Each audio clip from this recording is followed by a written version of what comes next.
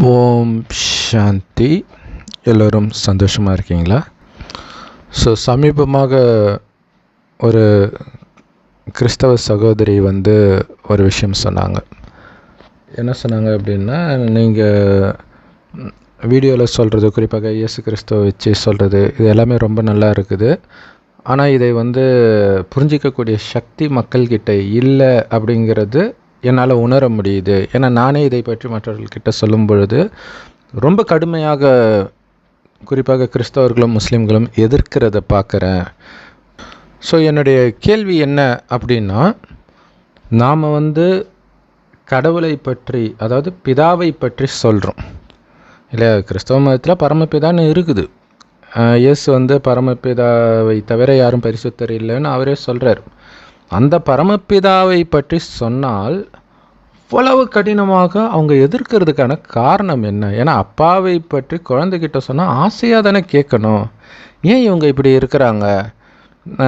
இவங்க கடவுள்கிட்ட இருந்து தான் வந்திருக்கிறாங்களா, இல்லை வேறு எங்கேனாவது இருந்து வந்திருக்கிறாங்களா அப்படின்னு கேட்குறாங்க. ஆக்சுவலாக ஒரு முஸ்லீம் சகோதரி கூட இதே மாதிரி சொல்லியிருக்கிறாங்க. அவங்க அவங்களுடைய சொந்தக்காரங்க கிட்டெல்லாம் போய் இந்த ஞானத்தை சொல்ல முயற்சி பண்ணியிருக்கிறாங்க. அப்போ ஒரு குரூப்பே கூடிடுச்சான் அவங்கள சுற்றி. அவங்களுக்கு பயம் வந்துடுச்சான். என்ன நீ இதெல்லாம் பேசின்னு இருக்கிற, என்ன நினச்சின்னு இருக்கிறோன்ட்டு அப்படியே கோபமாக சண்டை போட ஆரம்பிச்சிட்டாங்களாம்.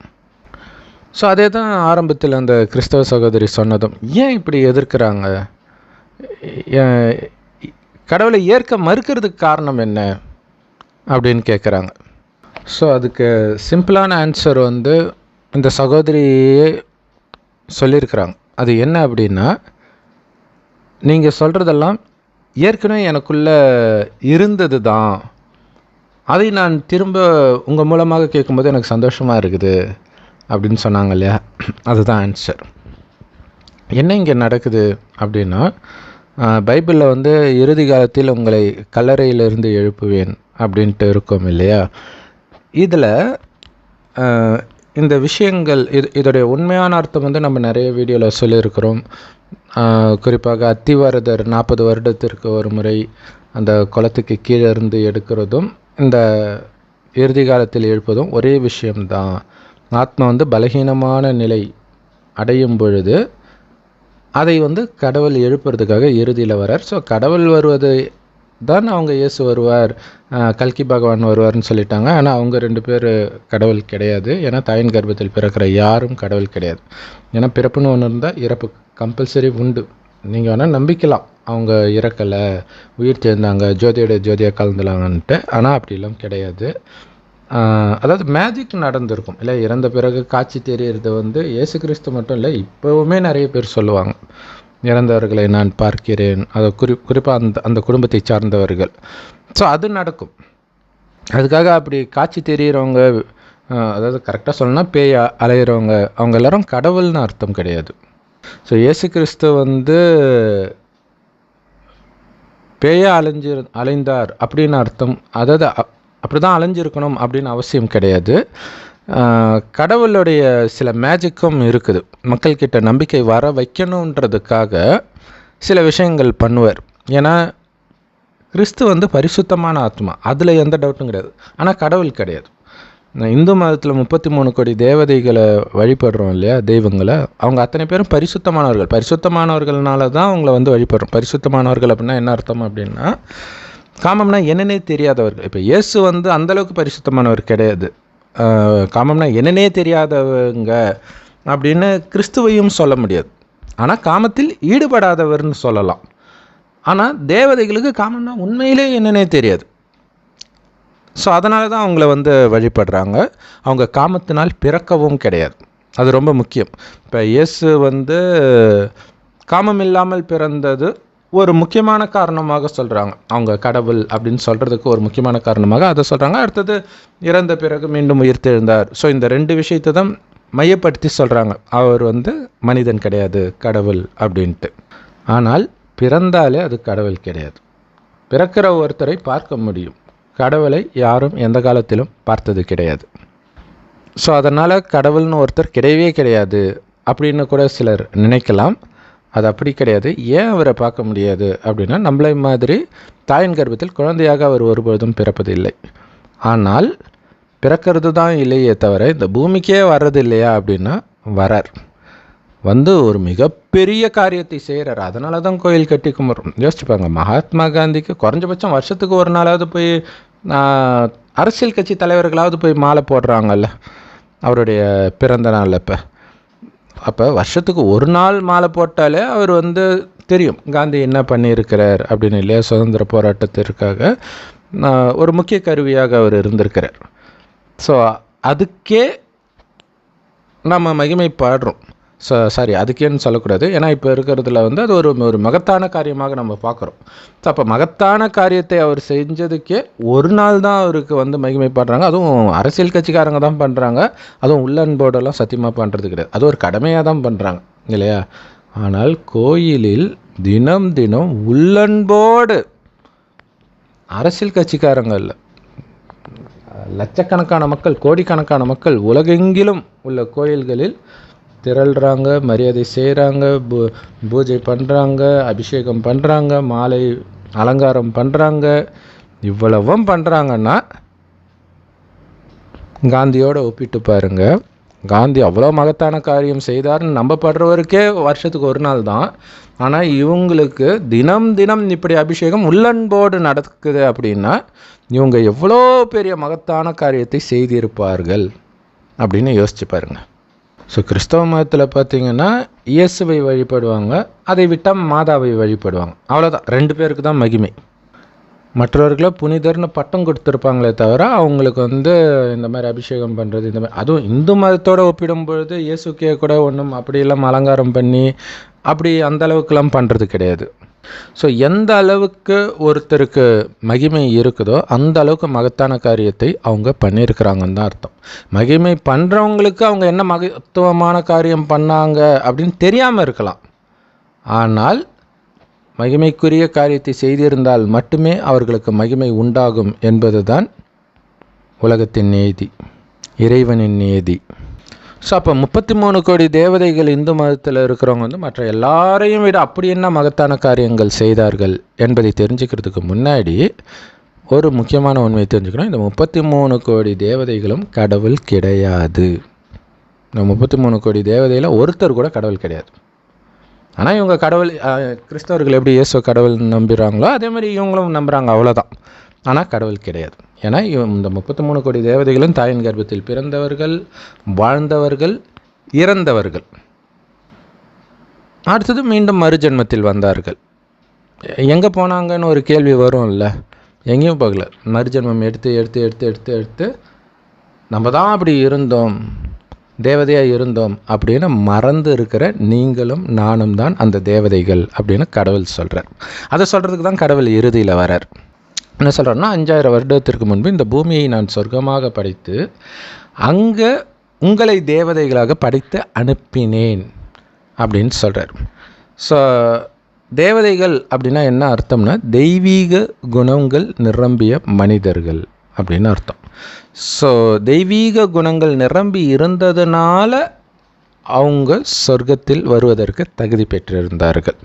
அந்த தெய்வீக குணம் சொர்க்கத்தில் வந்து அவங்க வளர்த்துக்கல, அது ரொம்ப முக்கியமான விஷயம்.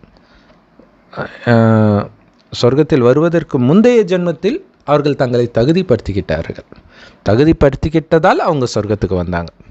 ஸோ இப்போ எல்லா மதத்துலையுமே பாருங்களாம், சொர்க்கத்துக்கு போகிறது தானே லட்சியம்.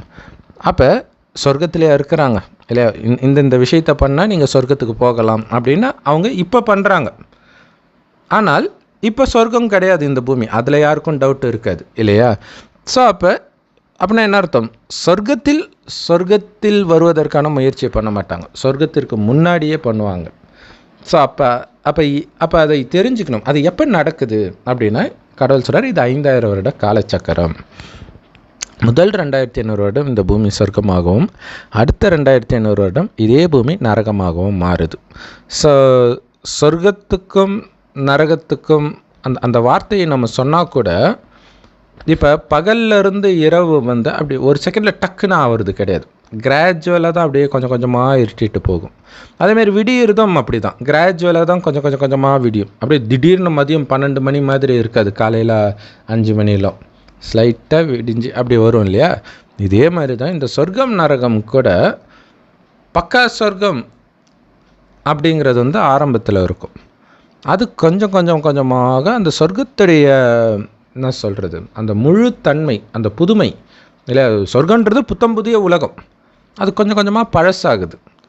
சுகம் இருக்கும், துக்கமெல்லாம் இருக்காது, ஆனால் சுகம் கொஞ்சம் குறைய ஆரம்பிக்கும்.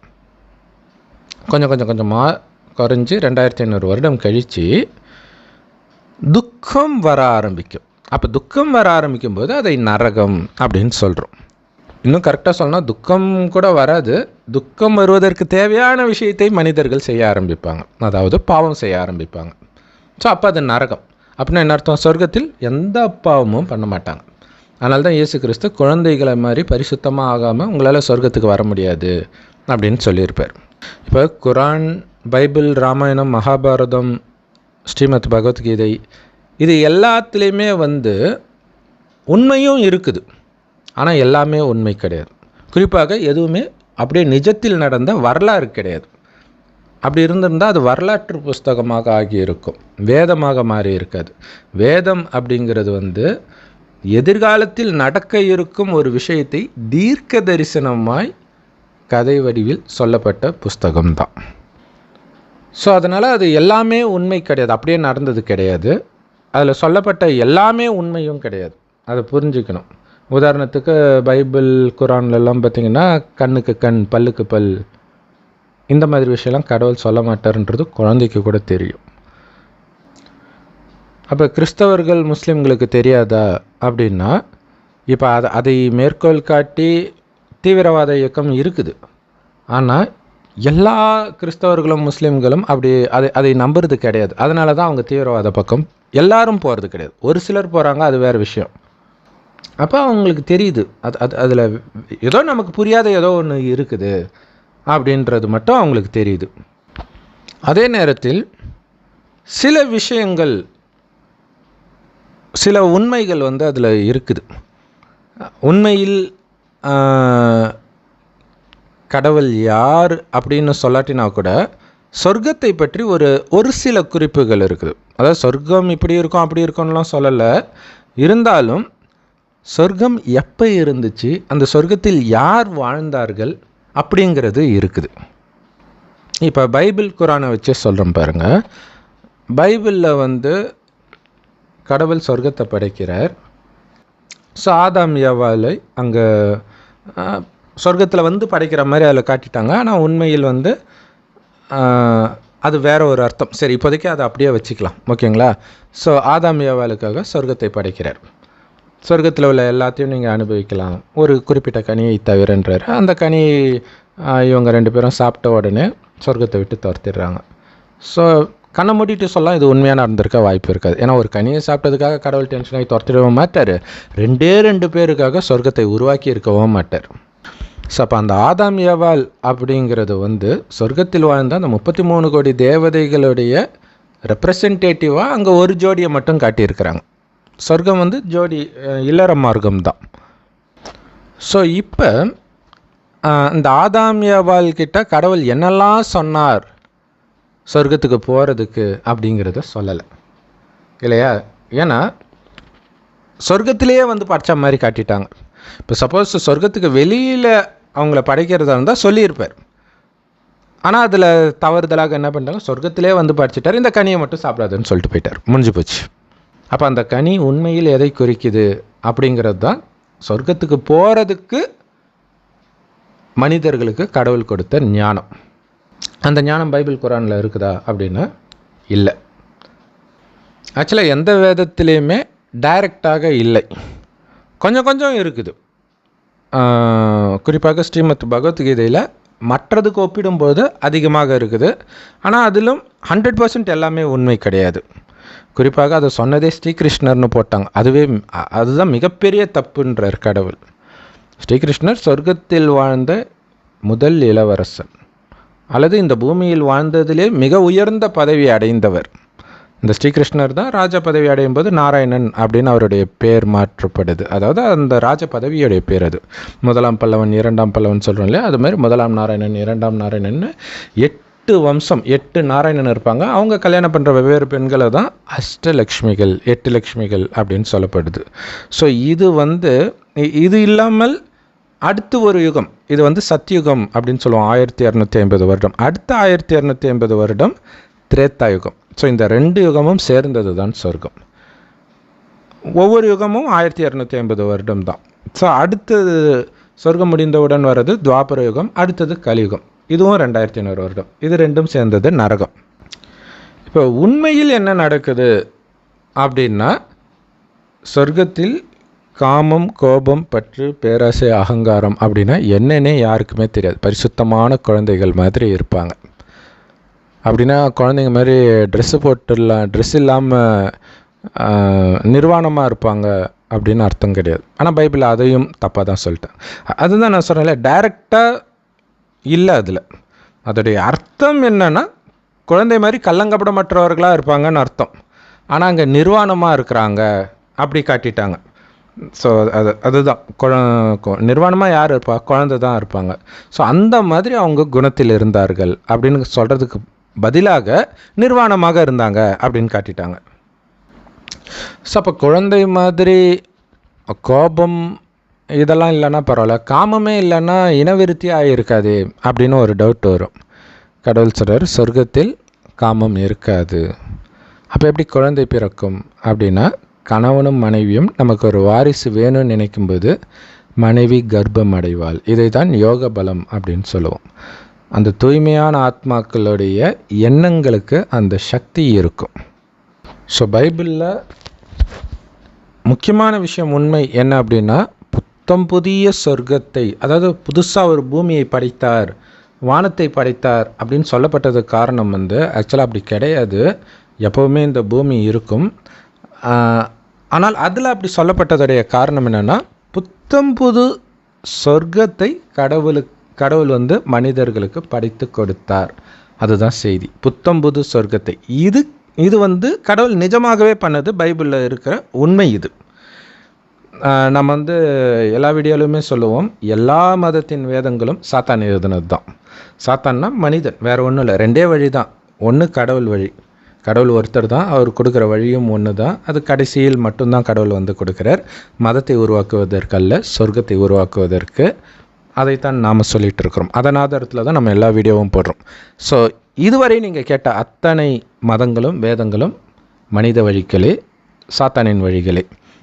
இப்போ சாத்தானுடைய வழி அப்படின்ற வேர்டு, இப்போ மனித வழினா ஒருவேளை உண்மையாக இருக்குமோன்னு உங்களுக்கு தோணும். இப்போ சாத்தான்ற வேர்டு சொன்னதோடைய காரணம் என்னென்னா, சாத்தான் சொன்னாலே உங்களுக்கு தெரிஞ்சிடும் அது பொய் அப்படின்ட்டு. அல்லது தந்திரம் பண்ணும், சாத்தான் தந்திரம் பண்ணும், மாயா தந்திரம் பண்ணும் அப்படின்னு உங்களுக்கு தெரியும். ஸோ இப்போ மனிதனுக்காக புத்தம்புது உலகத்தை கடவுள் படைத்தார் அப்படின்னா இதை எல்லாருமே ஏற்றுக்குவாங்க இல்லையா? ஓகே, இதில் ஒன்றும் பிரச்சனை கிடையாது. ஆமாம், கடவுள் அவர் புது உலகத்தை படைப்பார் அப்படிங்கிறத ஏற்றுக்கலாம். ஆனால் துரத்தியாச்சு, கனியை சாப்பிட்டதுக்காக துரத்தியாச்சு. ஸோ அந்த கனி என்ன கனின்னு யாருக்கும் தெரியாது. ஸோ அந்த கனி உண்மையில் என்ன கனி அப்படின்னா, தேக உணர்வுன்ற கனி, வேறு ஒன்றும் கிடையாது. ஏன்னா சொர்க்கத்தில் இருந்தவர்கள் எல்லாம் ஆத்மா நான்ற உணர்வில் இருப்பாங்க. ஆத்மானா உயிர், அது பூர்வ மத்தியில் நட்சத்திரம் மாதிரி ஜொலிக்குது. அதனால தான் அங்கே போட்டு வைக்கிற பழக்கம் இருக்குது. ஸோ அந்த ஞானத்தை தான் கடவுள் கொடுக்குறார் சொர்க்கத்திற்கு முன்பு. அதாவது இப்போ இந்த 5000 வருட சக்கரத்தில் கடைசி 100 வருடம், கலியுகத்தின் கடைசி 100 வருடம் சிவபெருமானே ஒரு வயோதிகர் உடலில் கொடுக்குறார். இந்த சிவபெருமானைத்தான் பரமபிதான் கிறிஸ்தவர்களும் அல்லான்னு முஸ்லீம்களும் சொல்கிறாங்க.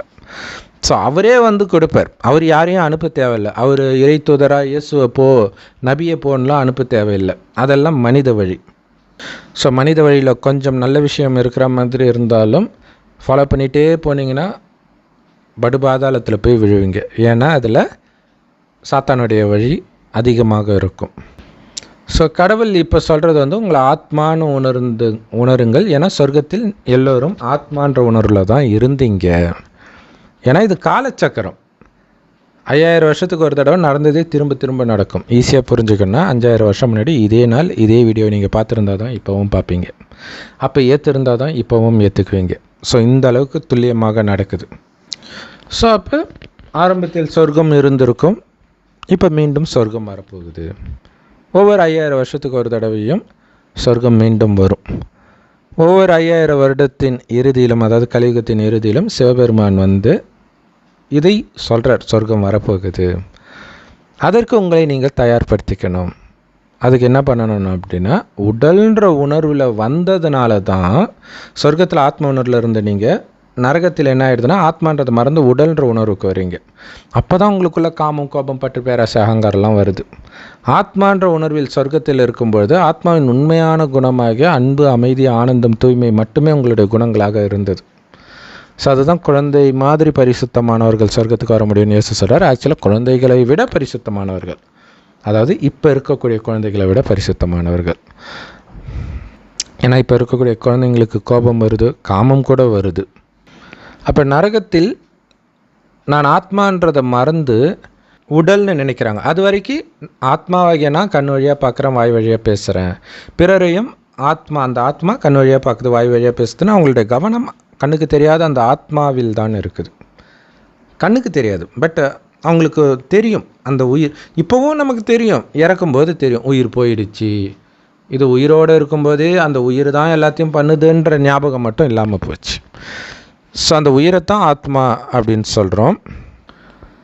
ஸோ அப்படி ஆத்மா அப்படின்னு தன்னையும் உணர்ந்து பிறரையும் ஆத்மான்னு பார்க்குறதுனால தான் அங்கே காமம் வரல, கோபம் வரல, பற்று, பேராசை, அகங்காரம், எந்த கெட்ட குணமும் வரல, புலனின்பத்துக்கே அடிமையாகலை. மாறாக ஆத்மான்ற உணர்வில் இருக்கும்போதே சதா ஆனந்தத்தையும் அமைதியும் அனுபவம் செய்வாங்க. ஏன்னா ஆத்மாவுடைய உண்மையான குணமே அதுதான். அப்போ தன்னிறைவாக இருப்பாங்க, தனக்குத்தானே திருப்தியாக இருப்பாங்க. தான் திருப்தியாக ஆனந்தமாக இருக்கிறதுக்கு வெளி உலகத்தில் எதுவும் நடக்க வேண்டிய அவசியம் இல்லை. உள்ளேயே அவங்க அப்படி தான் இருப்பாங்க ஆத்மான்ற உணர்வில் இருந்ததுனால. ஆனால் 2500 வருஷம் கழிச்சு கொஞ்சம் கொஞ்சமாக ஆத்மான்றதை மறக்கும் பொழுது கண்ணுக்கு தெரிகிற உடம்பு தான் நான் நினச்சி, அப்போ ஆத்மாவில் கவனம் இல்லாதனால அந்த ஆத்மாவிலிருந்து வந்த ஆனந்தம் கட்டாகுது. அப்போ ஆனந்தத்தை வெளியில் தேடுறோம், புலனின்பத்துக்கு அடிமையாகிறோம். ஸோ அப்போ தான் புத்தி கலங்க ஆரம்பிக்குது. அப்போ தான் நமக்குள்ளே சாத்தான் வரான். காமம், கோபம், பற்று, பேராசை, அகங்காரம் போன்ற அசுர குணங்களை தான் சாத்தான், மாயா, ராவணன் இந்த மாதிரி பேரால் அழைக்கிறோம்.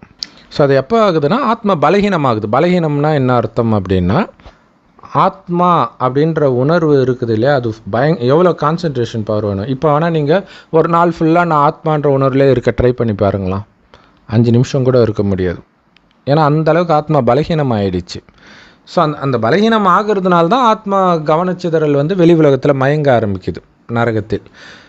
ஸோ இப்போ ரொம்ப பலகீனமாயிடுச்சு. எந்த அளவுக்கு மயங்குதோ அந்தளவுக்கு இன்னும் பலகீனமாகும். அப்படின்னு என்ன அர்த்தம், இன்னும் அதிகமாக மயங்கும். ஸோ அதனால தான் இன்றைக்கி மனிதர்கள் மொபைல் இல்லாமல், டிவி இல்லாமல் இருக்கவே முடியாது. ஏதோ ஒன்று மைண்டில் அவனை மயக்கிக்கிட்டே இருக்கணும். இல்லாட்டினா காமம், கஞ்சா, சாராயம் இந்த மாதிரி போயிடுறாங்க. ஸோ இது எல்லாமே ஆத்மா பலகீனமாக இருக்கிறதுடைய அடையாளங்கள். இப்போ இதை மீண்டும் பலசாலியாக ஆக்கணும். அதுக்கு தான் கடவுள் வந்திருக்கிறார். மீண்டும் உங்களை ஆத்மான்னு உணருங்க. ஆனால் உணர்ந்தாலும் ஆத்மான்ற நினைவில் நிரந்தரமாக உங்களால் இருக்க முடியாது. ஏன்னா ஆத்மாவுக்கு சக்தி இல்லை. ஸோ அந்த சக்தியை நிரப்புறதுக்கு தான் இந்த சக்தியில் எப்பொழுதும் நிரம்பி இருக்கக்கூடிய என்னை நினைவு செய்யுங்கள்ன்றார். அவள் கடவுள் யார், எங்கே இருக்கார்? அவர் சொல்கிறார், செம்பொன் நிறமான ஒளி உலகத்தில் நட்சத்திரம் மாதிரி நான் ஜொலிச்சிட்டு இருக்கிறேன். ஆக்சுவலாக எல்லா மதங்கள்லையுமே, குறிப்பாக இந்த கிறிஸ்தவ முஸ்லீம் மதத்தில் இருக்குது கடவுள் ஒளியானவர் அப்படின்ட்டு. ஆனால் அது எவ்வளோ பெரிய ஒளின்னு இல்லை இல்லையா? இந்து மதத்துலேயும் இருக்குது. அவர் கண்ணுக்கு தெரியாத நுட்பமான ஒளி, பெரிய ஒளினா தான் கண்ணுக்கு தெரியுமே, அதை நாம் யோசிக்க மாட்டோம்.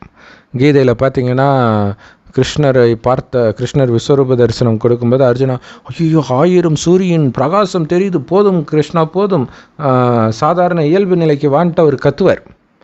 ஸோ அதிலிருந்து வந்தது தான் எல்லா மதத்திலும் கடவுள் ரொம்ப பெரிய ஜோதியாக இருப்பார் பிள்ளை இருக்குது அப்படின்னு நினச்சிக்கிறாங்க. அப்படி கிடையாது. அவர் கண்ணுக்கு தெரியாத நுட்பமான ஒளிப்புள்ளி. ஆத்மாவாகிய நாமளும் அப்படி தான், அவரும் ஆத்மா தான். நாம் தாயின் கர்ப்பத்தில் ஜென்மம் எடுக்கிறோம், அப்புறம் மறுஜென்மம் எடுக்கிறோம், மறுஜென்மத்தில் வந்துக்கிட்டே இருக்கிறோம். கடவுள் தாயின் கர்ப்பத்தில் பிறப்பதில்லை. கடைசின்னு ஒரு வருடம் ஒரு வயோதிகர் உடலுக்குள்ளே டைரெக்டாக பிரவேசமாகி ஞானத்தை சொல்லிட்டு போயிறார். மறுஜென்மெல்லாம் எடுக்கிறது கிடையாது. ஸோ அப்படி அவர் இந்த பூமிக்கு வரார் அப்படிங்கிறதுடைய நினைவாக தான் சிவராத்திரி கொண்டாடுறோம். இதில் யோசிச்சு பாருங்களேன், யார் பிறந்த நாளுக்கோ லீவு இருக்குது. காந்தி பிறந்த நாளுக்கு லீவு இருக்குது, பிள்ளையார் சதுர்த்தி லீவு இருக்குது, கிருஷ்ண ஜெயந்தி லீவு இருக்குது. ஆனால் சிவராத்திரிக்கு மட்டும் லீவு கிடையாது. இது எவ்வளோ பெரிய கொடுமை. கிறிஸ்மஸ்க்கு லீவு இருக்குது, ஆனால் உண்மையான கடவுளுடைய பிறந்த நாளுக்கு லீவு கிடையாது. அது ஆக்சுவலாக கரெக்டாக அந்த நாள் அவர் வரல, அவர் வந்ததுடைய நினைவாக ஒரு நாளை கொண்டாடுறாங்க, அவ்வளோதான். ஸோ அவர் இந்த ரகசியத்தை தான் சொல்லிக் கொடுக்குறார். ஆத்மான்னு சிவ பரமாத்மாவை நினைவு செய்யுங்க, எல்லோரையும் ஆத்மாவை பார்க்க முயற்சி பண்ணுங்க. இவ்வளோதான் கடவுள் கொடுக்குற ஞானத்துடைய சாரம். ஆனால் இது டக்குன்னு ஞாபகம் இருக்குமா, ஆழமாக பதியுமா? அப்போ தினம் தினம் நம்மக்கிட்ட பேசிகிட்டு இருக்கிறார். அதைத்தான் முரளி அப்படின்னு சொல்லுவோம். எல்லா பிரம்மகுமாரிகள் ராஜயோக தியான நிலையங்கள்லையும் முற்றிலும் இலவசமாக கிடைக்குது. யூடியூப் வெப்சைட்ஸ்லையும் நம்ம போடுறோம். அதோடைய லிங்க் இந்த வீடியோக்கு டிஸ்கிரிப்ஷனில் கொடுக்குறோம். அவசியம் பார்த்து பயன்பெறுங்கள். அது மட்டுமே கடவுளை நேரடியாக மனிதன் துக்கத்தின் உச்சத்தில் இருக்கும்போது இந்த ஞானத்தை கொடுக்கிறார். இல்லை, துக்கத்தின் உச்சத்தில் தானே கடவுள் தேவை. ஸோ நம்மை துக்கத்திலிருந்து மீட்டு சுகம் நிரம்பி அந்த சொர்க்கத்திற்கு அழைச்சிட்டு போகிறார். ஏன்னா இந்த பூமி மீண்டும் சொர்க்கமாக மாறிடும். ஆனால் அங்கே நம்ம வர்றதுக்கு நம்ம தகுதிப்படுத்திக்கணும். சொர்க்கம் ராஜ்யம் இல்லை, ராஜா ராணி வரிசை கிரமம் இருக்கும். ஏழை இருக்க மாட்டாங்க, பட் எல்லாரும் ஒரே மாதிரி பணக்காரர்களாக இருக்க மாட்டாங்க. வரிசை கிரமம் இருக்கும். பணக்காரங்க, அதை விட பணக்காரங்க, அதை விட பணக்காரங்க, இந்த மாதிரிலாம் இருக்கும். அது எதன் ஆதாரத்தில் அமைதுன்னா, எந்த அளவுக்கு அவங்க இப்போ தூய்மையாகிறாங்க, இறைவனின் நினைவில் இருந்து காமம் கோபம் பற்று பேராசாங்கன்னா என்னன்னே தெரியாத நிலையை அடைவதற்கு எந்த அளவுக்கு இப்போ முயற்சி செஞ்சு அடையிறாங்களோ அதை பொறுத்து தான் கலியுகம் அழிந்து வரப்போகிற சொர்க்கத்தில் அவங்களுடைய பதவி நிர்ணயிக்கப்படும். யார் நிர்ணயிக்கிறா? நாமளே தான் நிர்ணயிக்கிறோம், நாம் பண்ணுற முயற்சிக்கு ஏற்ப. ஸோ காமம் கோபம் பற்று பேராசை அகங்காரம்னா என்னன்னே தெரியாத நிலை. கலியுகத்தில் இது எல்லாருக்குமே தெரியும். ஸோ அப்போ எந்த மதமாவது இதை விடுறதுக்கு உங்களுக்கு போதிக்குதா? யோசிச்சு பாருங்கள். அப்போ நீங்கள் மதத்தை ஃபாலோ பண்ணுறீங்க, அதுதான் உங்களுடைய கலியுகத்தின் குணமாகவே இருக்குது. அப்போ இந்த கலியுகத்தின் குணத்தை மாற்றிக்காமல் நீங்கள் எப்படி அங்கே வருவீங்க? ஏன்னா அதே பைபிள் குரான்லேயே சொர்க்கத்தில் சிங்கமும் பசும் ஒன்றா தண்ணி குடிக்கும்னு இருக்குது. அப்போ சிங்கம் கூட இன்னொரு விலங்கை சாப்பிடாது, 5 அறிவு படித்த விலங்குக்கு கூட நான்வெஜ் சாப்பிடாதுன்னும் பொழுது மனிதன் மாமிசத்தை சாப்பிட்ற மனிதன் எப்படி சொர்க்கத்துக்கு வருவான்? யோசிக்கணும் இல்லையா? யாரும் யோசிக்கிறது கிடையாது. அடுத்த க்ளூ, கடவுள் மனிதர்களுக்காகவே சொர்க்கத்தை உருவாக்கி அனுப்புவார். இதுதான் கடவுள் பண்ணுற வேலையை தவிர போய் அந்த நாட்டை திருடு, இந்த பட்டணத்தை கொள்ளையடி, அங்கே இருக்கிறவனை எல்லாம் வெட்டி போடு, அவனுடைய பொருளெல்லாம் எரிச்சிடு, அவன் கும்பிட்ற சாமி கோயில் எல்லாத்தையும் இடிச்சிடு இப்படின்னு கடவுள் சொல்லுவாரா? யோசிச்சு பாருங்கள். ஒரு குழந்தை நம்புமா இந்த மாதிரி ஒரு முட்டாள்தனமான விஷயத்த? ஆனால் பைபிள் குரானில் இது இருக்குது. ஸோ அதை உண்மைன்னு நினச்சிக்கிட்டு நிஜத்துலேயுமே முஸ்லீம்கள் பண்ணியிருக்கிறாங்க, கிறிஸ்தவர்கள் பண்ணாங்களான்னு தெரியல. ஸோ நிறைய கோயில்களை அவங்க இடித்தது எல்லாருக்குமே தெரியும். ஸோ அதை பற்றி நம்ம அதுக்கு பின்னாடி உள்ள ஆன்மீக ரகசியத்தை நம்ம இதுக்கு முன்னாடி வீடியோவில் போட்டோம். அப்போ யோசிச்சு பாருங்கள், அந்த ஆதாம் ஏவாளை கடவுள் சொர்க்கத்தை விட்டு துரத்துறாரு இல்லையா? அது அந்த கனின்றது என்னென்னா தேக உணர்வு. தேக உணர்வு வந்தாலே எல்லா தப்பும் செய்ய ஆரம்பிச்சிடுவாங்க. அப்போ சொர்க்கத்தை அவங்க நரகமாக மாற்றிடுறாங்க. இந்த பூமியைத்தான் கடவுள் சொர்க்கமாக படைக்கிறார், அதை நாம் நரகமாக மாற்றிடுறோம். அவ்வளோதான், எங்கேயும் துரத்துறதுலாம் கிடையாது. ஆக்சுவலாக கடவுள் வரவே மாட்டார் சொர்க்கத்துக்கு. அதனால தான் அன்பே சிவம்னு சொல்கிறோம். லவ் இஸ் காட் இல்லையா? புத்தம் புது உலகத்தை படைத்து அதை அப்படியே குழந்தைங்களுக்கு கொடுக்குறார். அவர் அங்கே என்ட்ரு ஆகிறதே கிடையாது. அனைத்தையும் இழந்து இருக்கக்கூடிய இந்த கலியுகத்தில் தான் ஒரு வயதான தாத்தா உடம்புல இந்த ஞானத்தை கொடுக்குறார். கொடுத்து தகுதிப்படுத்தி கூடவே அழிச்சிட்டு போயிடறாரு. எல்லோரும் உலகம் அழியும் போது நம்ம பரந்தாமத்துக்கு போயிடும், உடலை விட்டு ஆத்மா போயிடும். அதுவும் நீங்கள் இறைவன் நினைவில் இருந்தால் தான் போக முடியும்.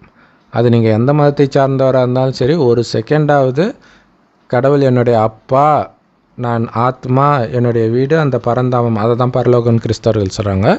அந்த இடத்துக்கு நான் போகணும் நினைத்தால்தான் போக முடியும். ஆனால் சொர்க்கத்துக்கு வர முடியாது. ஏன்னா இதே பூமி சொர்க்கமாக மாறப்போகுது அப்படின்னா இங்கே இருக்கிறவங்களாம் காலி பண்ணணும்ல. முள்ளுக்காட்டை ஒரு பூங்காவாக மாற்றணும்னா முதல்ல முள்ளுக்காட்டை அழிக்கணும் இல்லையா? ஸோ அந்த அழிவு தான் உலக அழிவு. அதுக்காக தான் நடக்குது, உலகத்தை புதுப்பிக்கிறதுக்காக. ஸோ அது இயற்கையாக நடந்துடும். இயற்கை சீற்றம், அது இல்லாமல் இப்போ உலக போர், இதெல்லாம் சேர்ந்து மனிதர்கள் இது வரைக்கும் செய்த பாவத்துக்கான தண்டனை எல்லாம் கிடைக்கும்.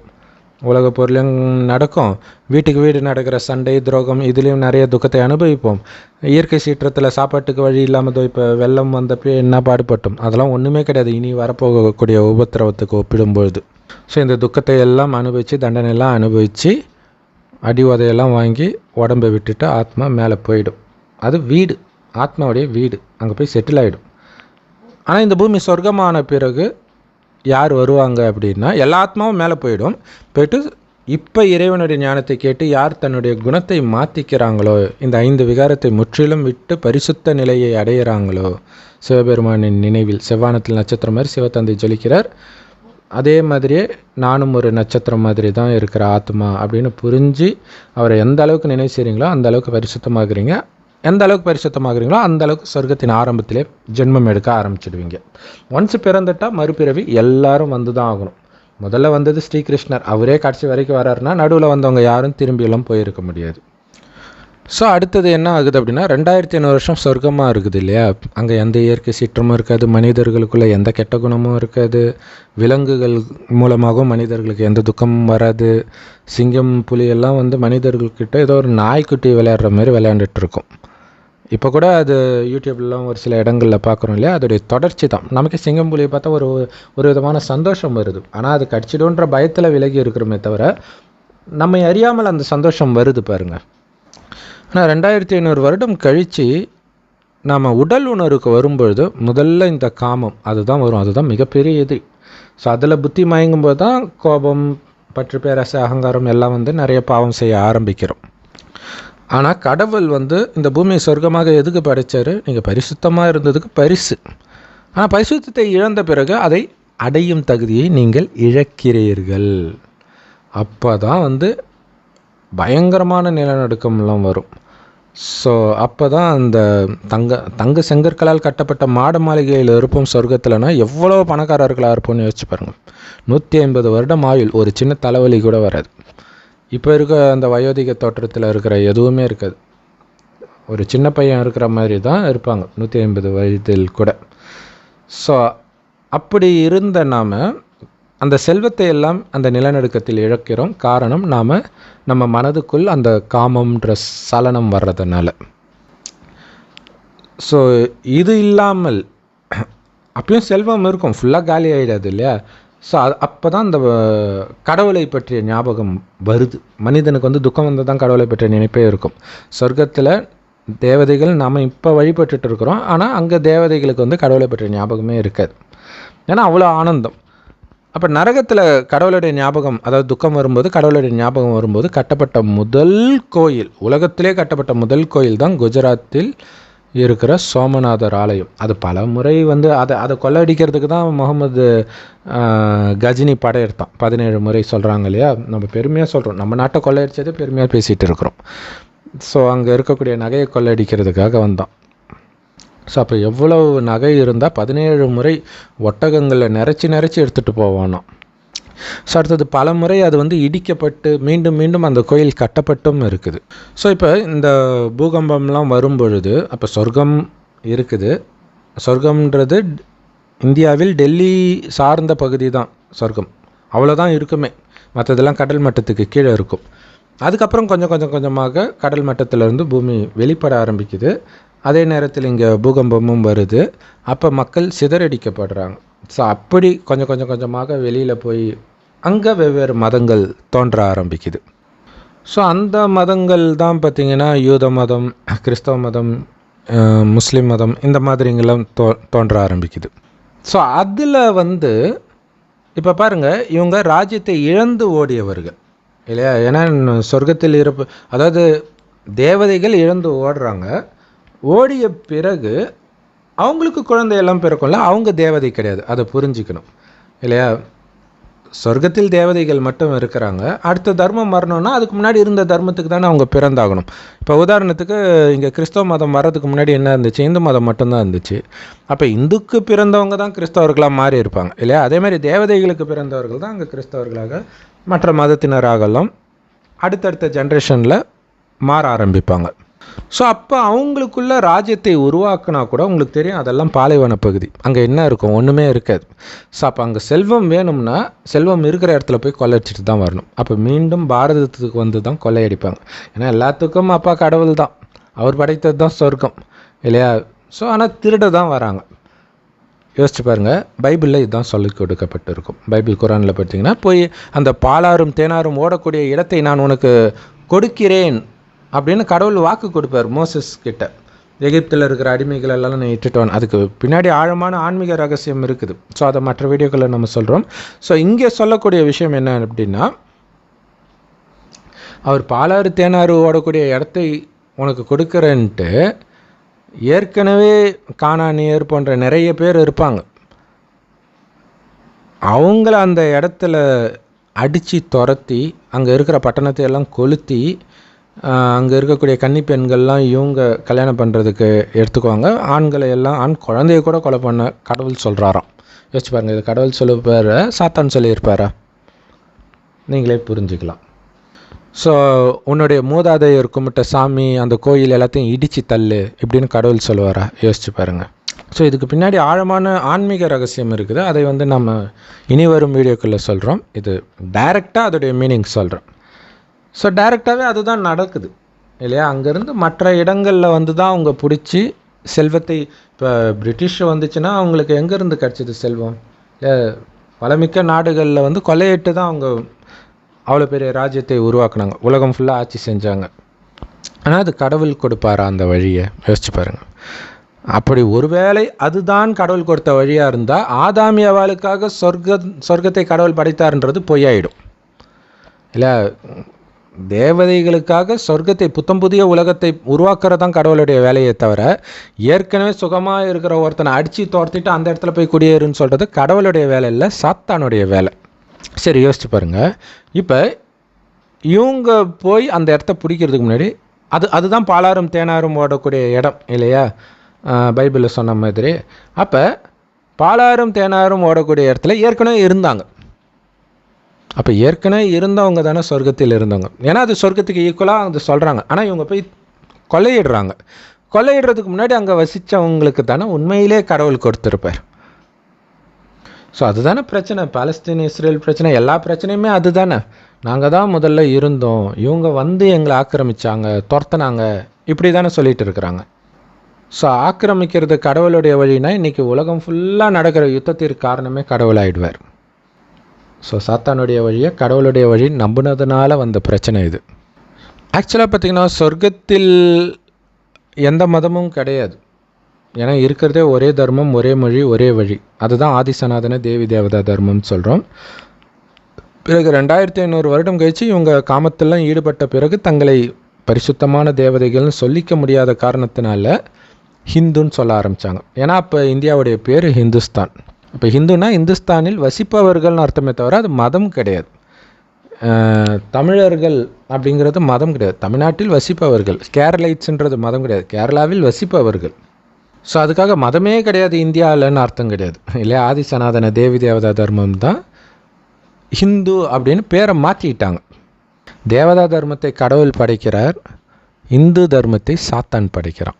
அப்படின்னா என்ன அர்த்தம்? அந்த தேவதா தர்மம் அந்த தூய்மை இதெல்லாம் இழந்துட்டாங்க அப்படின்னா இழக்க வைக்கிறது சாத்தான் இல்லையா? ஸோ அதனால் ஹிந்துவாயிடுறாங்க. ஹிந்துவில் இருந்து தான் மற்ற எல்லா தர்மமும் வருது. ஸோ எல்லாமே சாத்தான் படிக்கிறது தான்.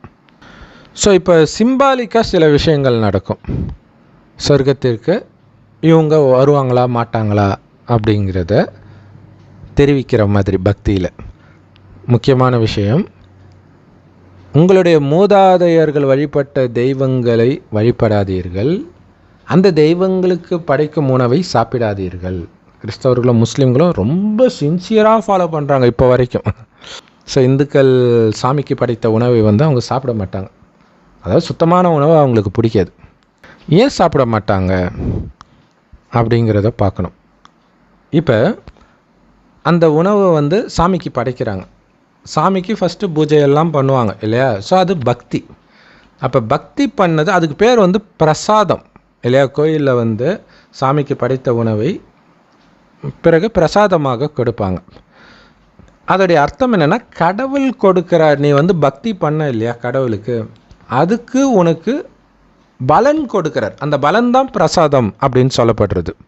அப்போ நீ செய்த பக்தியின் பலனை உனக்கு கொடுக்கிறார், அது சொர்க்கம். ஆனால் சொர்க்கம் டைரெக்டாக கொடுக்கல, கடைசியில் வந்து ஞானத்தை கொடுத்து அந்த குணமுடையவராக உங்களை மாற்றி சொர்க்கத்துக்கு அனுப்புகிறார். அப்போ கடவுள்கிட்ட நேரடியாக ஞானம் எடுப்பவர்களுக்குத்தான் சொர்க்கத்திற்கு போக முடியும்.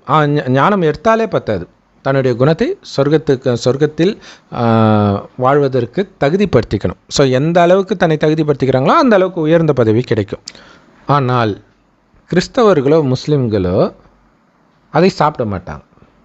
ஏன் சாப்பிட மாட்டாங்க? பைபிள் குரானில் போட்டிருக்கு, அதனால சாப்பிட மாட்டோம், அவ்வளோதான். அவங்களுக்கு ரீசன் ஒரே ரீசன் தான். ஏன் இப்படி பண்ணுறீங்க? பைபிளில் போட்டிருக்கு, குரானில் போட்டிருக்கு, அதனால் இப்படி பண்ணுறோம். ஏன் இதை பண்ண மாட்டீங்க? குரானில் போட்டிருக்கு, அதனால் பண்ண மாட்டோம், இவ்வளோதான். இதுதான் உங்களுக்கு ரீசன். ஸோ அப்போ பக்தி பண்ணதோடைய பலனை, ஸோ இந்துக்கள் தான் பக்தியை வந்து ஸ்டார்ட்டே பண்ணுறாங்க இல்லையா? தேவதைகள் தான் ஸ்டார்ட் பண்ணுறாங்களே, அதுக்கப்புறம் தான் மற்ற மதங்கள்லாம் வருது. ஸோ அதிகமாக யார் பக்தி செய்தார்களோ அவங்களுக்கு தான் கடவுள் ஃபஸ்ட்டே கிடைப்பார். கடைசின்னு ஒரு வருடம் கடவுள் வராரு. அதிகமாக பக்தி செய்தவர்களுக்கு, அதாவது ஆரம்பத்தில் தேவதையாக இருந்தவர்களுக்கு தான் கடவுளுடைய ஞானம் மீண்டும் கிடைச்சி அவங்க வந்து பக்தியுடைய பலன் ஞானம் வந்தப்புறம் பக்தியை விட்டுடுறோம் இல்லையா?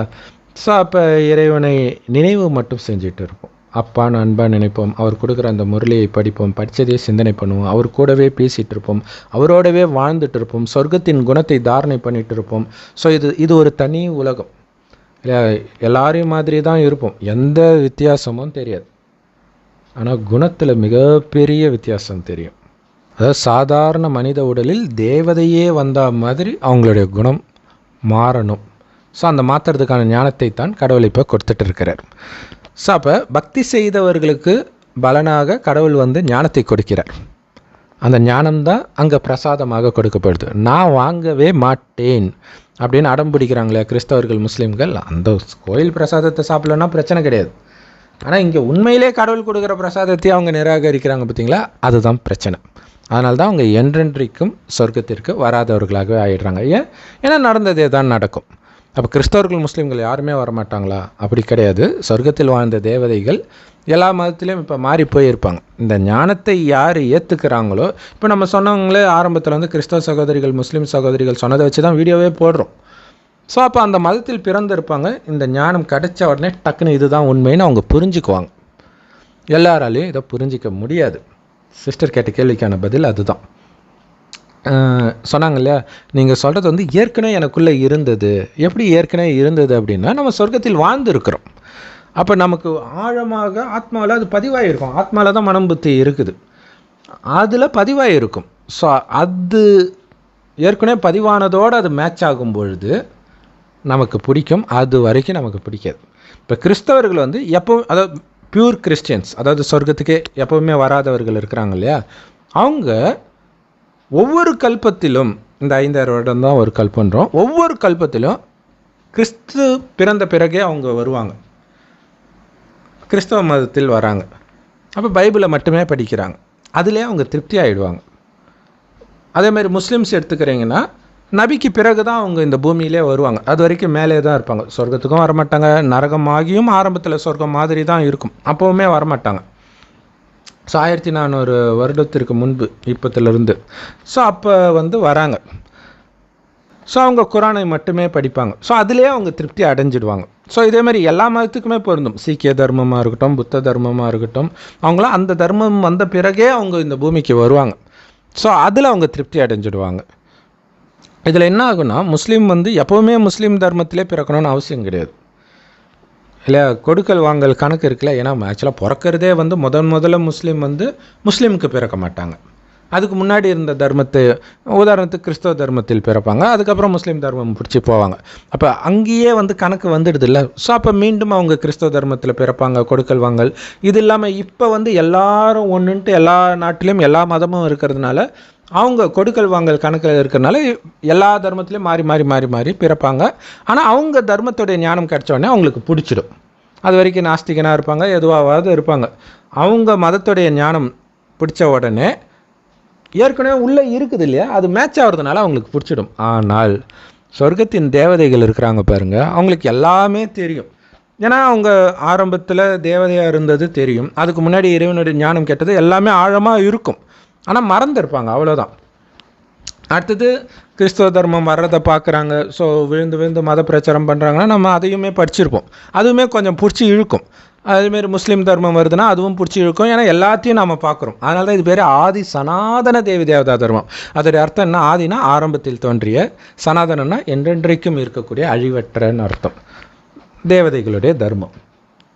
இப்போ எல்லாமே பிடிச்சி இழுக்கும், ஆனால் திருப்தி அடைய மாட்டோம். இதில் ஏதோ ஒன்று இடிக்குது. என்னடா அது, நம்ம பாவம் செய்வோம், இயேசு என் ரத்தத்தினால் நான் கழுவிட்டேன் அப்படிங்கிறாரு. அப்போ எல்லோரும் இங்கே நல்லவங்களால இருக்கணும், அப்படி கிடையாது. கிறிஸ்தவர்களை கேட்டால் அதுக்கு என்னென்னமோ அர்த்தம் சொல்லுவாங்க. நம்ம க்ளீனாக தெரியும் இது வேலைக்கு ஆகாது, இது உண்மை கிடையாது அப்படின்ட்டு. ஸோ அதேமாரி முஸ்லீம்களை போய் என்னங்க வன்முறையெல்லாம் போதிக்குது. ஏங்க இப்போ உங்கள் இடத்த வந்து ஒருத்தன் எடுத்துக்கிட்டான்னா நீங்கள் பார்த்துட்டு கம்முனா இருப்பீங்க அப்படின்வாங்க. அது ஓகே, அதை கடவுள் அப்படி சொல்லி கொடுக்க மாட்டாரே அப்படின்னு நமக்கு தெரியும். அவங்களுக்கு வந்து அதிலே திருப்தி ஆகிடுவாங்க. ஆனால் தேவதை தர்மம் எப்போ கடவுள் வராரோ அப்போ அந்த ஞானத்தை கேட்ட உடனே வா இதுதான் நான் எதிர்பார்த்ததுன்னு கண்டுபிடிச்சிடுவாங்க. இது யார் வருவா சொர்க்கத்துக்கு? கோடியில் ஒருத்தர் தான் வருவாங்க. ஏன்னா சொர்க்கம் வந்து 2500 வருஷம் இருக்குது. 2500 வருடத்தின் இறுதியில் மக்கள் தொகை தான் 33 கோடி. ஆரம்பத்தில் இருக்க பாருங்க 100% சொர்க்கம், அங்கே வெறும் 9 லட்சம் பேர் தான். அப்போ யோசிச்சுப்பாங்க, 9 லட்சம் பேர் எங்கே, இப்போ 1000 கோடி மக்கள் தொகை எங்கே? இப்போ கோடியில் ஒருத்தர் தான் அங்கே வராங்க. ஸோ அதனால தான் நம்ம மற்றவர்களுக்கு இந்த ஞானத்தை கொடுத்தால், கிறிஸ்தவர்கள் முஸ்லீம்கள்னு இல்லை, இந்துக்களே ஏற்றுக்க மாட்டாங்க இல்லையா? ஸோ இதில் குறிப்பாக இந்த கிறிஸ்தவ சகோதரி ஒரு வேர்டு சொன்னாங்க, எனக்கு அப்பாவை பற்றி தெரிஞ்சிக்கவும் விருப்பம் இல்லை, அதை பற்றி நீ பேசவும் செய்யாத அப்படின்னு சொல்கிறாங்க. கரெக்டு. இது ஆக்சுவலாக எங்கள் வீட்டிலே நடந்துச்சு. எங்கள் அம்மா வந்து பயங்கரமாக முருக பக்தர், முருகா முருகா முருகான்னுவாங்க. அப்போ சொல்கிறேன், அம்மா முருகானா உண்மையிலே யார் தெரியுமாம்மா? கடவுளுக்கு 2 விதமான குழந்தைங்க, கடவுள் சொல்கிறது அப்படியே கேட்குறவங்க, கடவுளே உலகம்னு இருக்கிறவங்க பிள்ளையார், அதை விட்டுட்டு உலகியல் இன்பத்தில் சுற்றிட்டு இருக்கிறது தான் முருகன். ஸோ அதுதான் அந்த ஞானப்பழத்துடைய கதை. ஸோ கடவுளை பிடித்தவர்களுக்கு அந்த பழம் கிடைக்குது. ஸோ பழம்ன்றது பலன்னு சொல்லலாம். நம்ம இங்கே ஏற்கனவே சொன்னோம் இல்லையா, பிரசாதம், அந்த மாதிரி. அப்போ எங்கள் அம்மா அதெல்லாம் என்கிட்ட சொல்லாத, நான் கும்பிடுவேன், யாருன்னெலாம் நான் தெரிஞ்சிக்க விரும்பலை. ஸோ எல்லா மதத்துலேயும் இதான் நடக்கும். ஆனால் தேவத தர்மத்தை சார்ந்தவர்களுக்கு டக்குன்னு பொறி தட்டும். அதிலும் குறிப்பாக ஒரு 2-3 தர்மம் முஸ்லீம் மதத்துலேயோ கிறிஸ்தவ மதத்துலேயோ மாறி இருக்கிறாங்கன்னு வச்சுக்கலாம், அவங்களுக்கு கொஞ்சம் லேட் ஆகும். இப்போ உதாரணத்துக்கு இப்போ நம்ம வீடியோவில் ரெகுலராக ஒரு முஸ்லீம் சகோதரர் கமெண்ட் போட்டு இருப்பார். அவர் வந்து ஒரு முஸ்லீம் இந்த பாலஸ்தீன பிரச்சனை போடும்போது உள்ளே வந்தார். அப்போ கற்றுனவங்க முஸ்லீம்ஸ் எல்லாம் போயிட்டாங்க. அவங்க வந்து மறுபடியும் முஸ்லீம் பற்றி ஏதாவது வீடியோ போட்டால் மட்டும் வேணால் பார்ப்பாங்களே தவிர மற்றதெல்லாம் பார்க்க மாட்டாங்க. ஆனால் இந்த சகோதரர் வந்து எல்லா வீடியோவும் பார்த்துட்டு இது புனித குரானில் ஏற்கனவே இருக்குதுன்னு சொல்கிறார். ஏன்னா ஒரு 2-3 தலைமுறை அதில் இருந்ததுனால அதிலிருந்து அந்த பாதிப்புலேருந்து வெளியில் வர்றதுக்கு அவருக்கு நேரமாகும். அதே நேரத்தில் இதில் சொல்லப்பட்ட விஷயங்கள் நல்ல விஷயங்கள், குரான்லேயும் இது கொஞ்சம் இருக்குதுன்னு அவருக்கு தெரியுது. ஆனால் இது முழுசாக ஒன்று இருக்குதுன்றது ஆழ் மனசில் இருக்குது. ஸோ அது கொஞ்சமாக அவர் ஏந்திரிக்கிறதுக்கு டைம் ஆகும். ஸோ அப்படி இருக்கும்போது நம்ம ஆரம்பத்தில் சொன்ன அந்த முஸ்லீம் சகோதரியும் கிறிஸ்தவ சகோதரியும் எப்படி டக்குன்னு கண்டுபிடிச்சாங்க? இன்னும் கேட்டிங்கன்னா இன்னொரு கிறிஸ்தவ சகோதரி, அவங்க ஒரு பாதிரியாருடைய மனைவி அவங்க. ஸோ அவங்களுக்கும் டக்குன்னு இந்த ஞானம் புரிஞ்சிடுச்சு. ஆனால் அவங்க வீட்டில் யார் சொன்னாலும் இதை ஏற்றுக்க மாட்டுறாங்க. ஸோ அவங்க என்னென்னா அப்போ தான் அந்த தர்மத்துக்கே போயிருப்பாங்க. அவங்களுக்கு டக்குன்னு இது பற்றிக்கும். ஒரு 2-3 ஜென்மமாக அவங்க வேறு மதத்தில் இருந்தாங்கன்னா கொஞ்சம் லேட் ஆகும் பற்றிக்கிறதுக்கு. ஸோ அப்போ புரிஞ்சுக்குவாங்க, ஆமாம் சொர்க்கம் வந்து கடவுள் நமக்காக படைத்ததாக இருக்குமே தவிர ஏற்கனவே இருக்கிறவனை வந்து துரத்திட்டு கொலை பண்ணிவிட்டு போய் பிடிக்கிற வழியை சத்தியமாக கடவுள் சொல்ல மாட்டார் அப்படிங்கிறது டக்குன்னு தெரியும். நான் முதல்ல பைபிள் படிக்கும்போது அப்போ நான் நாஸ்திகனாக இருந்தேன். சரி என்ன தான் இருக்குது அப்படின்ட்டு கொஞ்சம் அந்த ஆன்மீகத்தின் பக்கம் தேடல் வர ஆரம்பிச்சிருச்சு. அப்போ எடுத்தோடனே வேறு எந்த புக்கும் எல்லாருக்கிட்டையும் இருக்காது இல்லை, பைபிள் தானே எல்லாருக்கிட்டையும் இருக்கிறது. ஸோ அதனால் படிக்க ஆரம்பித்தோன்னே என்னடா இப்படி இருக்குது, கடவுள் இப்படியா சொல்லுவார் அப்படின்னு கோபம் வர ஆரம்பிச்சது. ஆனால் இப்போ கடவுளுடைய ஞானம் கிடைச்ச பிறகு அதை படிக்கும்போது இதுக்கு வேறு அர்த்தம்ன்றது தெரியுது. கடவுளுடைய ஞானம் கிடைக்கலன்னா தெரியாது. ஸோ அதனால தான் நம்ம பைபிளுக்கு சொல்கிற அர்த்தம் எந்த கிறிஸ்தவர்களுக்கும் தெரியாது, குரானுக்கு சொல்கிற அர்த்தம் எந்த முஸ்லீம்களுக்கும் தெரியாது. அவங்க என்ன சொல்லுவாங்க, நீ எல்லாத்தையும் மாற்றி மாற்றி சொல்கிறேன்றா. ஆனால் நம்ம சொல்கிறது தான் உண்மைன்றது அவங்களுக்கு புரியாது. அதுதான் அவங்களுடைய ஆத்மாவில் இருக்கக்கூடிய பதிவு. நாம் ஒன்றும் பண்ண முடியாது. சொர்க்கத்தில் தங்க செங்கற்களால் கட்டப்பட்ட மாட மாளிகையில் நாம் குடியிருப்போம்னு நாம் சொல்கிறோம். தேவதை ஆத்மாவுக்கு புரிஞ்சுக்கும், கரெக்ட், இதுதான் உண்மைன்ட்டு. ஆனால் பைபிளில் என்ன போட்டிருக்கோம், சொர்க்கத்தில் அவனவனுக்கு ஒரு திராட்சை தோட்டம் இருக்கும். இப்போ கூட தான் திராட்சை தோட்டம் இருக்குது. அப்போ திராட்சை தோட்டத்தோடைய ஓனர்லாம் சொர்க்கத்தில் இருக்கிறாங்கன்னு அர்த்தமா? ஏன்னா அவங்களுடைய சொர்க்கம் அப்படி தான் இருக்கும். ஏன்னா அவங்க நரகத்தில் தான் வராங்க, பட் அவங்களுக்கு அது சொர்க்கம் மாதிரி இருக்கும். அது ஆக்சுவலாக நரகம். சொர்க்கத்தில் வாழ்ந்த நமக்கு அது நரகம், பட் நரகமாக இருந்தாலும் துக்கம் இருக்காது. ஆனால் நம்ம தான் பாவம் செய்ய ஆரம்பிப்போம். ஸோ நம்மளோட சேர்ந்து புதுசாக வர கிறிஸ்தவர்களோ முஸ்லீம்களோ கெட்டு போகக்கூடாதுன்னு தான் அவங்கள தனியாக வேறு இடத்துல அந்த தர்மத்தை தோன்ற வைக்கிறார். ஏன்னா அவங்க தனியாக இருக்கும்போது தான் கொஞ்சமாவது நல்லா இருப்பாங்க. ஸோ கொஞ்ச நாளைக்கு, அதாவது ஆயுள், நம்ம 5000 வருடம் இந்த பூமியில் இருக்கிறோம் நம்முடைய ஆத்மா அப்படின்னா அதில் பாதி சொர்க்கமாக இருக்கும். எல்லா தர்மத்துக்கும் இது பொருந்தும். அப்போ கிறிஸ்தவர்களுக்கு 2000 வருஷம்னா 1000 வருடம் சொர்க்கம் மாதிரி, அடுத்த 1000 வருடம் நரகம் மாதிரி இருக்கும். ஸோ இப்படி ஒவ்வொரு மதத்துக்கும் நீங்கள் வச்சு பார்த்துக்கலாம். ஆனால் சொர்க்கத்தில் வாழ்ந்த தேவதைகளுக்கு மட்டும் 3/4 பங்கு சுகம்ன்றார். ஏன்னா நரகத்தில் பாதி வரைக்கும் துக்கம் இருக்காது, பாவம் செய்வோம், அதுக்கப்புறம் தான் துக்கம் வரும். அப்போ 1/4 பங்கு துக்கம், 3/4 பங்கு சுகம் கடவுளுடைய ஞானத்தை கேட்குற தேவதைகளுக்கு. மற்றவர்களுக்கு ஒரிஜினல் சொர்க்கத்துக்கு வரவே மாட்டாங்க. நரகத்தில் அவங்களுக்கு ஓரளவுக்கு சுகம் மாதிரி இருக்கும், பாதி ஆயுள் வரையும். அடுத்தது நரகமாக அனுபவமாகும். ஸோ கடவுள் படைக்கிற சொர்க்கத்துக்கு நீங்கள் வரப்போகிறீங்களா, அல்லது பைபிள் குரானில் சொல்லப்பட்ட மாதிரி போய் சண்டை போட்டு கொள்ளையிட்டு அந்த இடத்த பிடிங்க அப்படின்னு சொல்கிற அந்த சொர்க்கத்துக்கு நீங்கள் வரப்போகிறீங்களா? அது ஆக்சுவலாக சொர்க்கம் கிடையாது, நரகம். பட் அதுதான் சொர்க்கம் நீங்கள் நம்பினீங்கன்னா அதுக்கு நீங்கள் வரப்போகிறீங்களா அப்படிங்கிறது உங்கள் கையிலையும் உங்கள் அதிர்ஷ்டத்துலேயும் குறிப்பாக உங்கள் ஆத்மாவிலையும் பதிவாக இருக்குது. ஏன்னா ஏற்கனவே அங்கே பதிவாகி இருந்தால் மட்டுமே இந்த ஞானம் புரியும். ஆனால் டவுட்டே வேணாம், இப்போயே 51 நிமிஷம் ஆயிடுச்சு. 51 நிமிஷம் இந்த ஞானத்தை கேட்குற அளவுக்கு உங்களுக்கு பொறுமை இருந்துச்சுன்னா சத்தியமாக நீங்கள் தேவதை ஆத்மா தான். இப்போ அதை ஏற்றுக்காட்டினா கூட, இல்லாட்டினா இந்த பொறுமையெல்லாம் வரவே வராது. நீங்கள் உங்களுக்கு டவுட்டாக இருந்துச்சுன்னா உங்கள் மதத்தை சார்ந்தால் வேறு ஒருத்தருக்கு இதை போட்டு காட்டுங்களாம், 2 நிமிஷம் கூட பார்க்க மாட்டாங்க. ஸோ அப்போ நீங்கள் புரிஞ்சிக்கலாம். அப்போ நீங்கள் ஒரு பல ஜென்மமாக அந்த தர்மத்திலே இருந்ததுனால அது கொஞ்சமாக தெளிஞ்சு வர்றதுக்கு டைம் ஆகும், அவ்வளோ. ஸோ தேவதை ஆத்மாக்களுடைய சிறப்பம்சம் என்ன தெரியுமா? நேரடியாக கடவுளை கண்டுபிடிப்பாங்க. மற்ற தர்மத்து ஆத்மாக்கள் நபி என்ன சொல்கிறாரோ அதுதான் உண்மைன்னு நினைப்பாங்க, இயேசு என்ன சொல்கிறாரோ அதுதான் உண்மைன்னு நினைப்பாங்க, புத்தர் என்ன சொல்கிறாரோ அதுதான் உண்மைன்னு நினைப்பாங்க. கரெக்டாக சொல்லணுன்னா நபியை நம்பி அல்லாவை கைவிட்டவர்கள், இயேசுவை நம்பி பரமபிதாவை கைவிட்டவர்கள். அதனால தான் இயேசு பிதாவே என்னை ஏன் கைவிட்டீர், அதோடைய ரகசியம் இது தான் இல்லையா? ஆரம்பத்தில் வந்தவரே கைவிட்டுட்டாங்க அப்படின்னா அவரை ஃபாலோ பண்ணுறவங்களும் கைவிடப்பட்டவர்களே. அதற்கு பிறகு தோன்றிய எல்லா மதங்களும் கைவிடப்பட்ட மதங்களே. அதாவது கடவுள் படைத்த சொர்க்கத்திலிருந்து வஞ்சிக்கப்படுறாங்க. ஓம் சாந்தி. தேங்க்ஸ் ஃபார் வாட்சிங்.